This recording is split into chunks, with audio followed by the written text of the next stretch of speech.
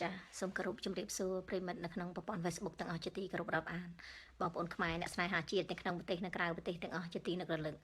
ចាស់នាងខ្ញុំសូមជម្រាបជូនដំណឹងសារជាថ្មីម្ដងទៀតក្នុងថ្ងៃមុននាងខ្ញុំបានឡើងជាคลิปវីដេអូជម្រាបជូនដំណឹងដល់បងប្អូនពីបញ្ហាដែលនាងខ្ញុំត្រូវឡើងសវនាការនៅថ្ងៃទី2ខែ2ឆ្នាំ2017នោះចាស់ត្រូវបានឲ្យចៅក្រមគាត់សុំបញ្ជាពេលចាស់សុំលើកថ្ងៃគឺឡើងសវនាការនៅថ្ងៃទី6ខែ2ឆ្នាំ2017ចាវេលាម៉ោង 8:30 នាទីគឺត្រូវនឹងថ្ងៃច័ន្ទចាវេលាម៉ោង 8:30 នាទីគឺបន្ទប់លេខ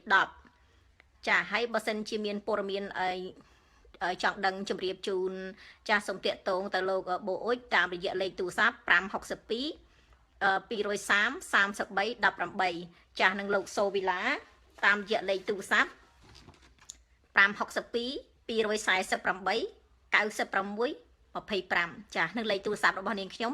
562 810 41 62ចាបើសិនជាចង់ដឹងព័ត៌មានលម្អិតសូមអញ្ជើញតាក់ទងទៅតាមរយៈលោកអ៊ុចបូក៏បានលោកសូវីឡាក៏បាននិងមកនាងខ្ញុំក៏បានតាមរយៈលេខទូរស័ព្ទ562 810 41 62ចានឹងគឺលេខដៃរបស់នាងខ្ញុំហើយចំណាយលោកអូបុចគឺតាមរយៈលេខទូរស័ព្ទ562 230 33 18លោកសូវីឡាតាមរយៈលេខទូរស័ព្ទ562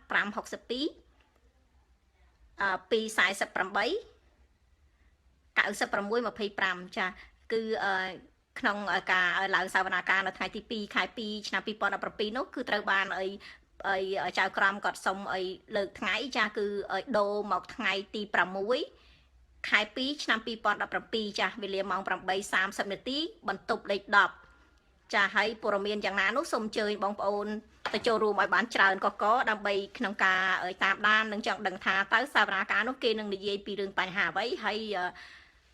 ចាឲ្យក្នុងសំណុំរឿងខេសនោះដែរគឺថ្ងៃដែលបើកសវនាការនោះគឺយើងដាក់បញ្ចូលលោកញយចម្រើនចាឯកឧត្តមញយចម្រើននឹងចូលជាផ្លូវការជាធរមានក្នុងការបដិងរដ្ឋាភិបាលនិងលោកហ៊ុនម៉ាណែតជាមួយខេសរបស់នាងខ្ញុំផងដែរចាអញ្ចឹងព័ត៌មានលម្អិតសូមអញ្ជើញបងប្អូនឲ្យតាមដាន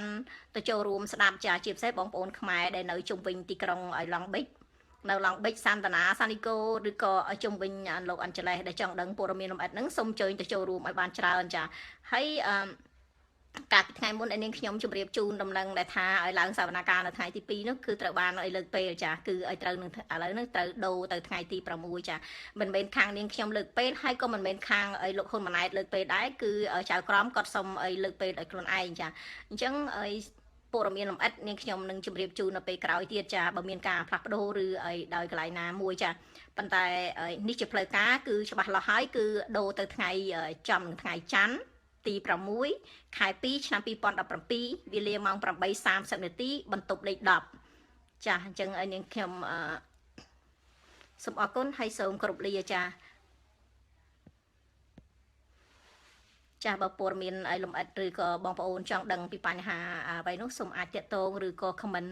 ចូលមកក្នុង Facebook របស់នាងខ្ញុំក៏បានឬតាមរយៈលេខទូរស័ព្ទដែលនាងខ្ញុំបានជម្រាបជូនខាងលើហើយចាចឹងបើមានការខុសឆ្គងឬ